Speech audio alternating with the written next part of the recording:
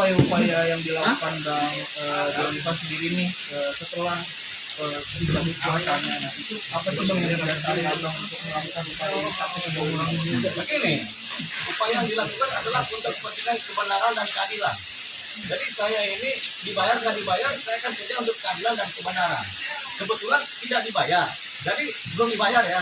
Jadi saya kerja untuk keadilan, kebenaran dan rasa supaya saya dibayar, begitu kan? Ingat, saya sudah minta kepada Pak Jokowi, kepada negara adalah 25 triliun.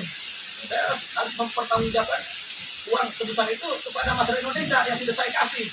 Kalau saya cuma ngasih iming-iming, saya bisa dilaporkan sama masyarakat Indonesia melakukan tindak pidana iming-iming. Tindak pidana yang belum pernah ada di Indonesia itu memberikan iming-iming, kepalsuan janji-janji kan begitu kan. Banyak juga di DPR kasih janji-janji waktu pemilu kasih janji-janji pas di DPR udah lupa aja gitu kan. Nah saya juga nggak mau seperti itu. Saya akan ngasih janji yang saya sampaikan bukan berupa iming-iming. Makanya saya tetap minta mengingatkan kepada Pak Presiden juga yang 25 triliun itu supaya dikirimlah entah tahun depan atau apa supaya pasti kan. Itu karena saya kerja 5 hari capek juga. Kami sekarang masih kerja nih. Nggak ada yang bayar juga nih. Tapi nggak apa-apa. Biar Tuhan yang balas kan. Oke. Upaya itu, nah yang kedua, saya kemarin ada persidang mengenai gugatan perbuatan melawan hukum terhadap surat pencabutan kuasa yang tidak legal karena tidak disertai oleh alasan-alasan hukum yang jelas dalam surat tersebut. Sehingga saya menggugat dan itu tidak ada dalam persidangan. Jadi itu upaya hukum saya. Dan sepanjang itu sedang dalam proses persidangan, maka status pengacara Eliezer yang terbaru adalah status quo. Saya pun sebagai pengacara adalah status quo karena saya menghormati persidangan. Ya, itu yang sedang berlangsung. Jangan sampai kemudian itu handphone sama kamera jatuh. Ya. Oke, lanjut. Bang, ini merupakan upaya bisa dikatakan berakhir atau ada Apa upaya? Namanya hukum, namanya upaya. Kita kan harus upaya dan ini. Yang penting kita berupaya, yang penting keadilan dan kebenaran mudah-mudahan tercapai. Ya. tapi ini merupakan yang bisa benar atau mungkin aku juga masih ada. Enggak, saya sudah 20 tahun jadi pengacara, saya tidak raba-raba. Kalau raba-raba itu beda ya. Ya, saya pastikan ya, raba-raba itu beda. Ya, Anda juga pernah meraba kan? Nah, makanya saya nggak meraba ini. Nggak mungkin dia meraba lah, perkara-perkara model begini. Kalau yang lain mungkin saya masih bisa meraba-raba, tapi ini enggak. Ya, lanjut. Calling. Ya udah. Tapi ada koordinasi langsung sama abang berkomunikasi langsung dengan komnas HAM. Nah itu kan lewat surat komunikasinya. Ya kita kan nggak perlu benar-benar pintu orang. Kadang-kadang lewat surat ini, lewat surat ini untuk keluar ke depan supaya ditanggapi. Kalau kemudian dijelekin, kita gugat. Karena ramai lagi. Ya, habis kita gugat Komnas HAM-nya, kita minta supaya oknumnya diganti. Ini dipegang sama yang lebih bersih. Ya, itu ada caranya juga. Yang menjabat di Komnas HAM kan berarti kan nggak profesional. Kita minta diganti lewat jalur hukum. Ganti semua. Terkait dengan lapor apa untuk dinyatakan apa tentang pemerintah kepada negara dia sendiri tidak ada tekanan dari abang apa ada tekanan yang datang abang nggak? Nggak pernah, saya nggak pernah ditekan. Ada kan ada laporan saya menduga sesuatu dengan dasar analisa, ya kan? Menduga sesuatu dengan dasar analisa dan dalam kapasitas saya sebagai pengacara yang masih ada sebagai pengacara yang dengan posisi saya sebagai pengacara yang sedang menggugat surat kuasa, tentu saya legal menyampaikan itu.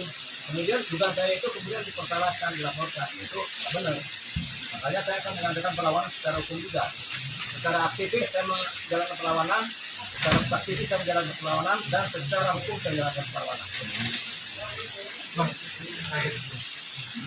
Terkait barada dan tersangka-tersangka lainnya yang menggunakan video detektor sekarang menurut abang seperti apa bang?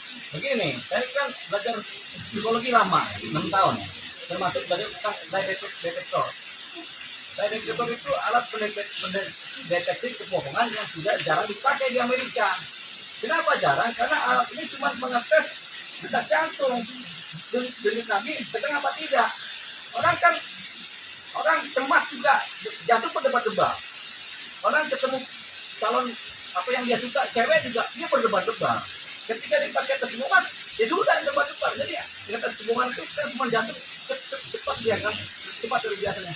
Alat itu nggak pernah bisa dipakai secara akurat karena kekuatan alat itu hanya sekitar 50-60% dia punya akurasinya. Nah, kalau orang sudah jago berbohong, alat itu nggak ada gunanya. Kalau orang sudah berbiasa berbohong, dia jatuhnya juga stabil aja. Jadi jujur-jujur aja sini. Jadi alat lie detector hanya bisa dipakai untuk orang yang jujur. Itu dia kuncinya. Orang yang nggak terbiasa berbohong, kemudian dia dites kebohongan, pas dia berbohong, dia langsung jantungnya debat tegar, gitu. Nah, kalau orang yang sudah biasa berbohong, dia mana bisa dia dites lie detector, orang jago bohong, jantungnya juga malah jep, bukan bukan. Berarti aja orang kalau jago berbohong, pasti jantungnya juga santai, gitu. Namanya juga berbohong, jago. Jadi alat ini nggak bisa dipakai untuk orang yang jago berbohong. Alat ini hanya bisa dipakai untuk orang yang jujur tak pernah berbohong, tiba-tiba dia berbohong. Ini bisa dipakai. Makanya alat lie detector ini cuma bisa mendeteksi kebohongan buat orang yang jujur. Buat orang yang sudah sering berbohong ya nggak bisa dipakai. Di ilmu psikologi ini dikesampingkan detektor. Yang dipakai adalah bagaimana pewawancara secara sungguh-sungguh menggali pribadi orang, menggali dia punya keterangan-keterangan konsisten atau tidak. Itu yang namanya penyelidikan sebenarnya.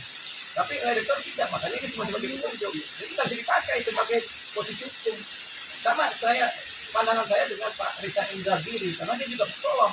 Dia juga belajar ilmu tentang detektor, nggak bisa dipakai. Jadi ya itu cuma buang-buang waktu dan wasting time. Itu untuk menunjukkan suatu, kamu sudah bekerja keras dan hasilnya orangnya jujur semua. Bagaimana mungkin? Misalnya si Kuat dianggap jujur, si Eliezer dianggap jujur, dia nggak jujur. Sementara keterangan mereka berbeda semua, ya kan? Padahal jujur semua. Hasilnya kan adalah kebodohan. Ini jujur, tapi suasana peristiwa hukumnya berbeda faktualnya.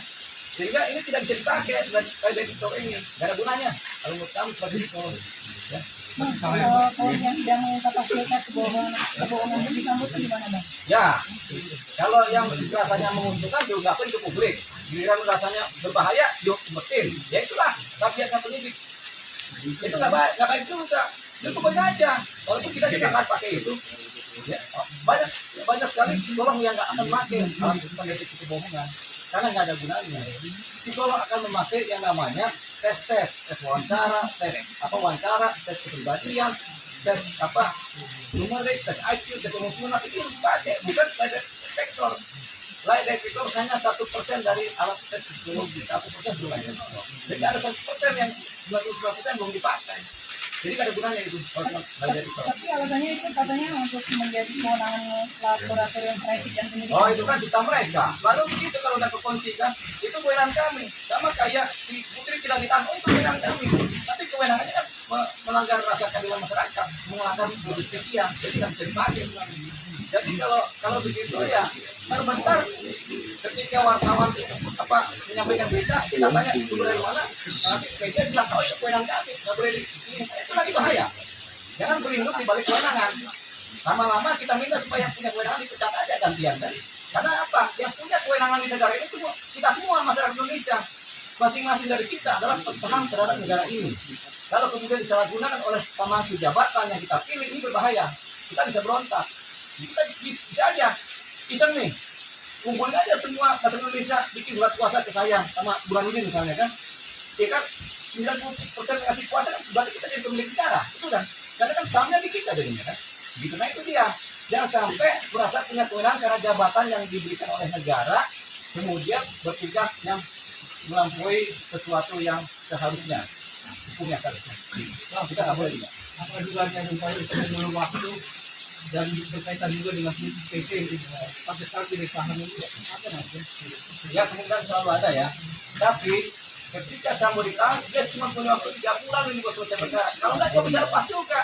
Makanya beresiko juga kalau kemudian penyidik kasih ke jaksa buang lagi penyidik bolak-balik nanti orangnya lepas dari hukuman bahaya. Ya kan? Ada alasannya gitu.